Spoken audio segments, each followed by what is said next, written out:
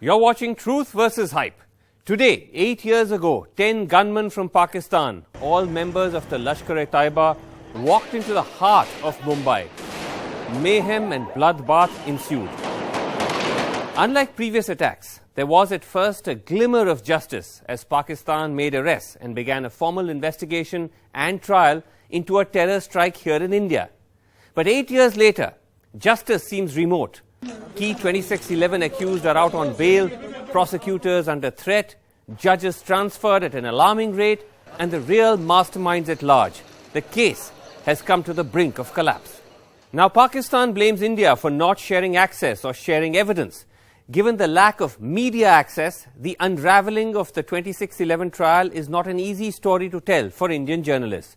But via documents that have rarely emerged in the public domain, as well as interviews of Pakistani prosecutors, officials, investigators and journalists, we piece together how a combination of fear, apathy and sabotage has left the prosecution of one of the biggest terrorist attacks in tatters.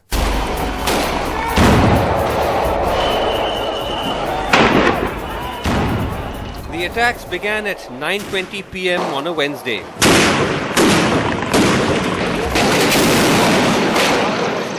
The guns fell silent only 60 hours later. To recap, the attacks were unlike any other, not just in brutality, but more than any in the past. It was an event rich with evidence, amassed in multiple dossiers like these that India handed over to Pakistan. Weapons and a boat engine with Pakistani markings, satellite phones that dialed numbers of LET handlers in Pakistan, GPS units that, when decoded, retraced the route of the attackers from a port in Karachi to Bombay. There was, most damningly, the confession of Ajmal Kasab, the lone terrorist to be captured. मरने वाले थे हम लोग। कैसे? वो बोलता था कि जन्नत में जाओगे। और कितने गोलियां उड़ाया? पता नहीं, दो ढाई मैगजीने था। हाँ। ढाई मैगजीन में कितने लोग उनको मारा? पता नहीं है, बस ऐसे चलाते रहे। In it, he repeatedly implicates the leadership of the LET, Hafiz Saeed, and the operational commander Zakiur Rahman Lakhvi. After initial reluctance, Pakistan, under pressure from the evidence and the world, especially America, acted swiftly. Its actions summarized in a revealing piece by the head of Pakistan's Federal Investigation Agency, Tariq Khosa. He says that the investigators established that Kasab was Pakistani and established his residence and schooling, as well as his joining a banned organization. The Lashkar-e-Taiba training camp was identified and secured by investigators. Cases of explosive devices used in Mumbai were recovered from this camp.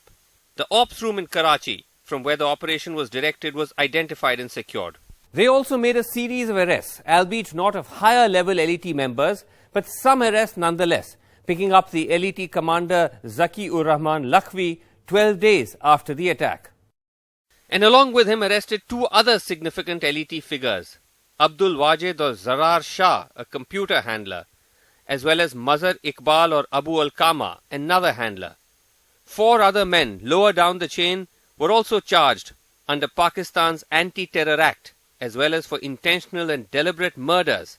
Now, Indian officials conversant with the investigation say that the initial progress by Pakistan was noteworthy, given the complexities, a terror attack in one country being tried in another, moreover involving 2 countries with a deep-seated animus and suspicion.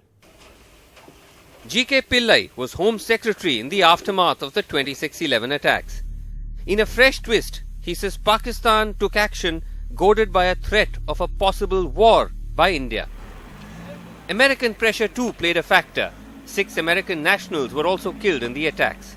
Initially, I think post 2611, especially the fact that there were so many foreigners, including US citizens, killed, there was a lot of pressure on Pakistan. There was also I think a very clear possible indication that India would retaliate for this attack.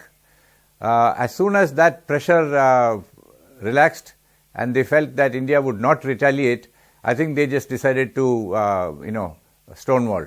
It's after this point that in India's eyes, the pursuit of justice goes into a downward spiral. Rather than pursue the leads that were supplied by India to go after those who plotted and organized the attack, the case in Pakistan begins to unravel. The most striking evidence of Pakistan's insincerity, according to India, was its unwillingness to go after Hafiz Saeed, the head of the LET, and to actively seek evidence to bolster its case against Lakhvi, who was, at least for several years, in their custody. Going through the trove of WikiLeaks cables from that time, we discovered perhaps the only indication that Pakistan wanted to charge Hafiz Saeed. In a cable dated January 2009, the US ambassador writes that the Pakistan Law Minister Farooq Naik had recommended that the Pakistan Ministry of Interior charge Hafiz Saeed and the others once the FIR was filed and move the suspects to FIA custody. In the cables that follow, like this one, set the tone for Pakistan's official posture, that they have no material evidence against LET bosses. In a WikiLeaks cable of August 2009, the Deputy Chief of Mission at the US Embassy reports that the Pakistan government admitted that they simply didn't have enough evidence against Saeed, and it was up to India and the US to supply the evidence. In a WikiLeaks cable from 3 months earlier reports that the FIA makes the same argument that there's very little evidence against Lakhvi, Al-Qama as well as Zarar Shah, aside from what India or the US have supplied. Hardly surprising then that Hafiz Saeed was never formally charged. In December 2008, he was merely put under house arrest. Accounts of his front organization, Jamaat-ud-Dawa, frozen without any sustained investigation into his role by the FIA. The court ordered his release 6 months later, a pattern that would continue on and off for several years.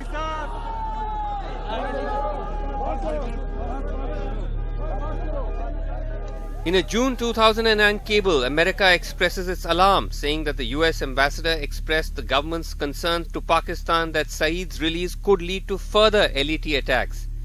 On the 2nd of June, she says she shared with the Chief of Army Staff, General Kayani, more detailed threat reporting, specifically mentioning possible terrorist activities in India triggered by Saeed's release. And yet, despite that, 6.5 years later, it was the turn of Zakiur Rahman Lakhvi to be able to walk out on bail to celebrations.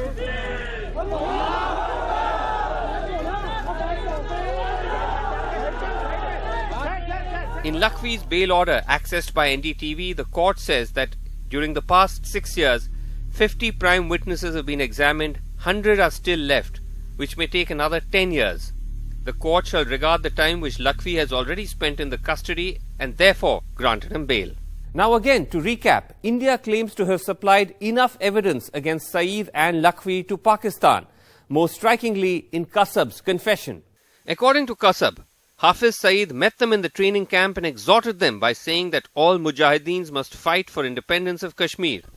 He says that Lakhvi also met them, saying the time had come for jihad and their organization had been fighting in Kashmir for the last 15 years. There's also the statement by LET member and US agent David Headley, who carried out the recce for the Mumbai attacks, who said that Hafiz Saeed is the chief Amir of the LET, very close to ISI.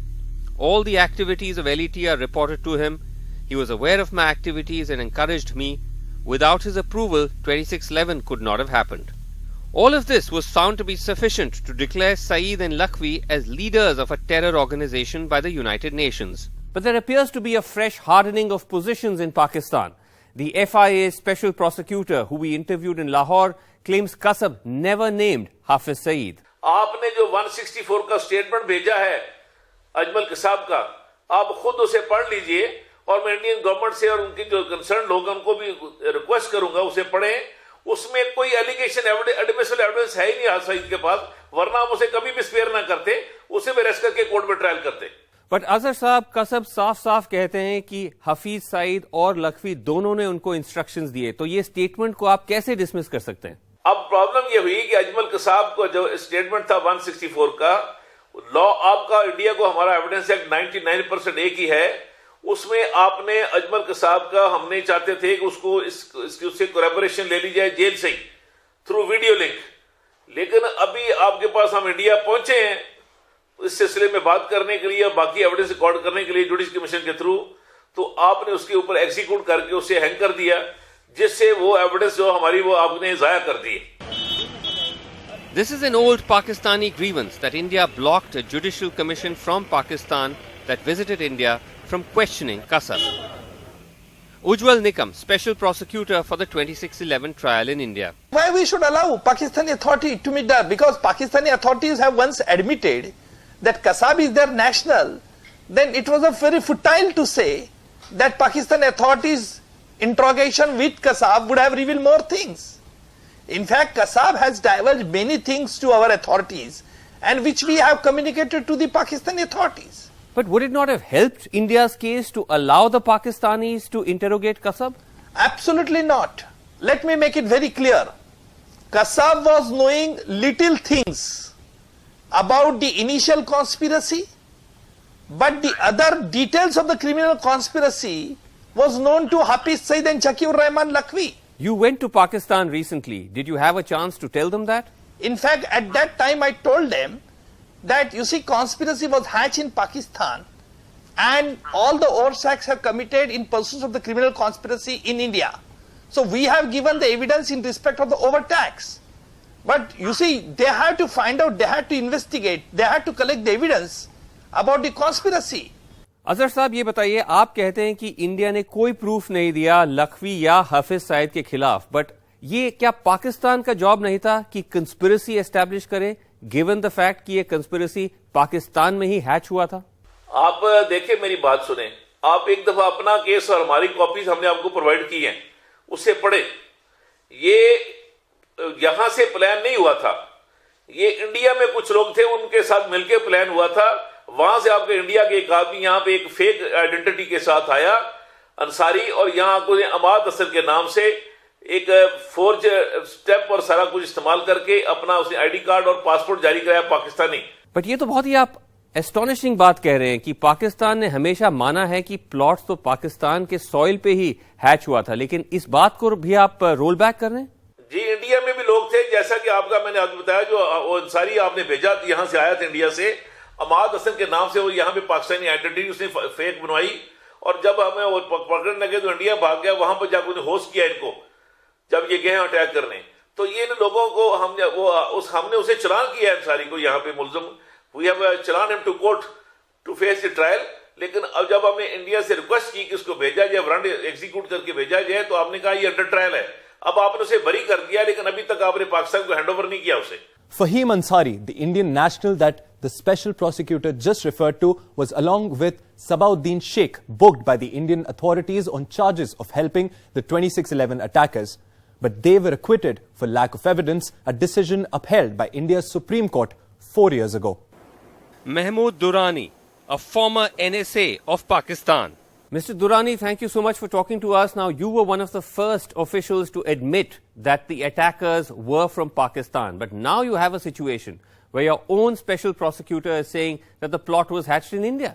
No, I don't think, I haven't seen what he said, and I don't think it implies that it was a problem created by India. I don't believe that. I mean, this is his interpretation. It must be based on something. But my understanding was and continues to be that it was based in Pakistan, the whole operation, the training, the people went from here. Mr. Durrani, what is preventing Pakistan from seeking the interrogation of David Headley? Well, I don't know about that. The point is, my friend, that both countries were dominated by the very serious mistrust that existing between our two countries. And it is because of this mistrust that we were misunderstanding each other's intention, and I think that is the fundamental reason why things didn't move very well. G.K. Pillai, the Pakistani government lawyer, has made a surprising claim that the plot was hatched in India. What would you say to that? No, I think basically I don't see any sincerity on the part of Pakistan to prosecute those guilty of the 26/11 attack and bring them to justice. It's very clear that they know exactly what happened. Evidence has been given. The rest of the evidence has actually to be completed in Pakistan, and they really are not interested. The growing hardline position does not bode well for the future of the case. It's as if the government and the lawyers for the accused are all on the same page.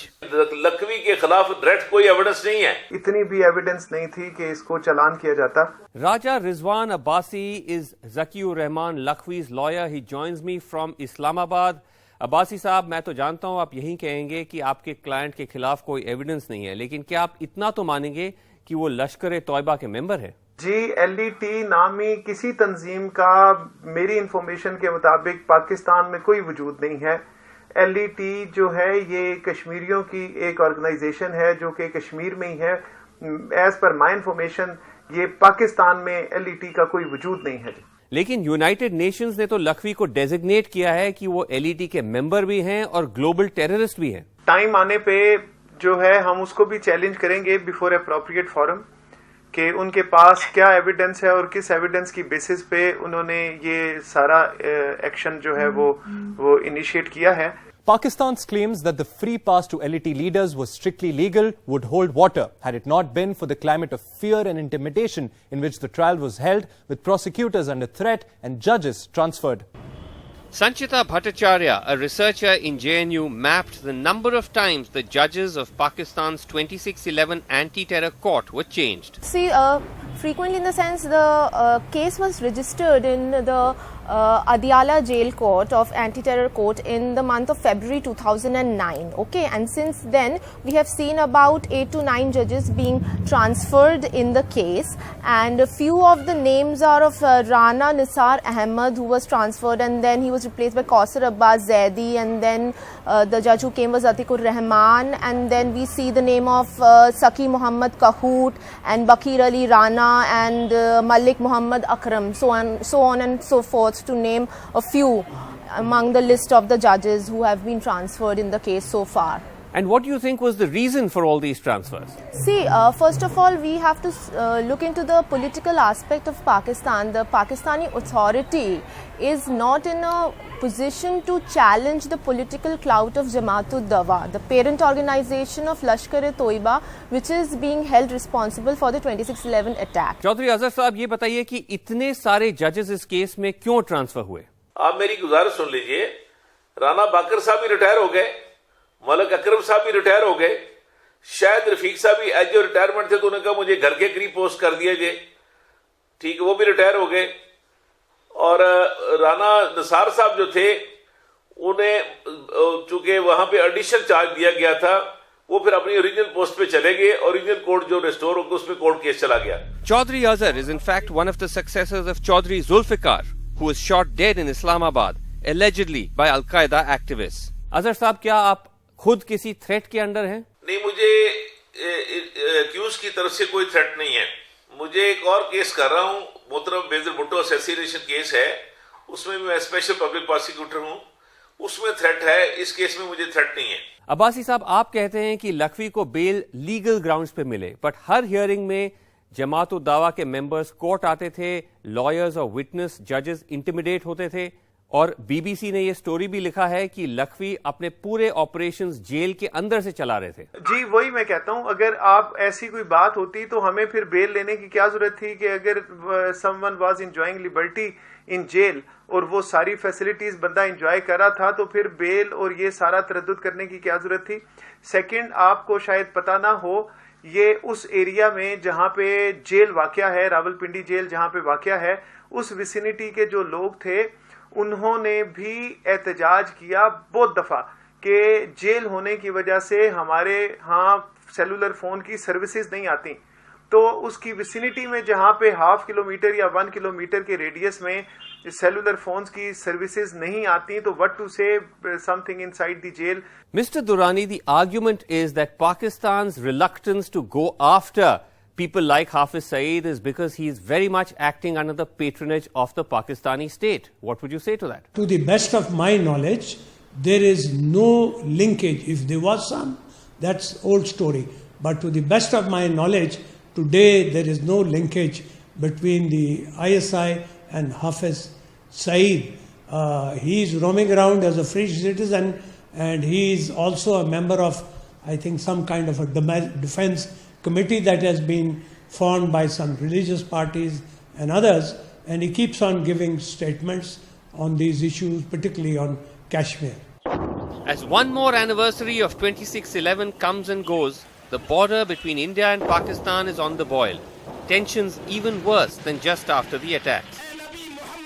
The men behind 26/11 at large, Hafiz Saeed intensifying those tensions with public warnings to India. फौजी कुव्वत के जरिए ये कुचलते हुए इसी को policy बना के रखोगे तो फिर मेरी बात सुनना, मसला फिर श्रीनगर तक नहीं रहेगा, ये मसला पठानकोट तक चला गया, उससे आगे जाएगा. As for Lakhvi, there is no trace of him. Azhar साहब, क्या FIA जानता है कि इस वक्त लखवी कहां पर हैं? जी, लखवी की कोर्ट में अटेंडेंस जो है वो एग्जेम्प्ट है और इसलिए वो लखवी खुद ही बता सकता है वो कहां रह रहा है. अब्बासी साहब, क्या आप बता सकते हैं कि आपके क्लाइंट लखवी कहां हैं? बहुत कम मेरी मुलाकात हुई है उनसे, तो मैं तो नहीं बता सकता कि where is he. Ujjwal Nikam, in the end, do you hold out any hope of justice in this 26/11 trial in Pakistan? I must tell you very clearly, nothing is going to happen. There will be one breaking news. All accused in the terror attack of 26 November have been acquitted for want of evidence. And again they will allege that India did not support. Whatever we could. J.K. Pillai proposes a more radical solution. I think people like Lakhvi, because of the evidence of David Hadley and so on, and Hafiz Saeed, who is, keeps on ranting about, destroying India and so on. Such people who have the backing of the Pakistani state, I think for us, it definitely, my own personal opinion is that they really have no, shall I say, any justification for them to be alive, and therefore they are, shall I say, clearly open for the Indian security forces to target them. That is clearly unlikely, but so is hope of a swift ending to the trial. Cold solace for the families of those who lost their loved ones on that terrible evening 8 years ago.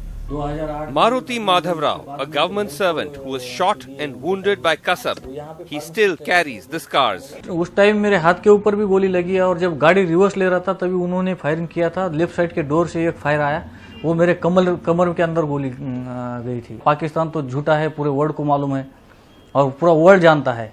वो कभी भी मानता नहीं है कि हमारे तरफ से ऐसा हुआ है. कितना भी सच रखा तो भी वो झूठ बोलता है. Bhisham Mansukhani narrowly escaped the attack at the Taj Hotel. I don't think Pakistan is delaying the process of bringing them to justice. I don't think it will ever bring them to justice. And I think as an individual who was lucky enough to survive the attacks, I don't harbor any illusions about any form of closure.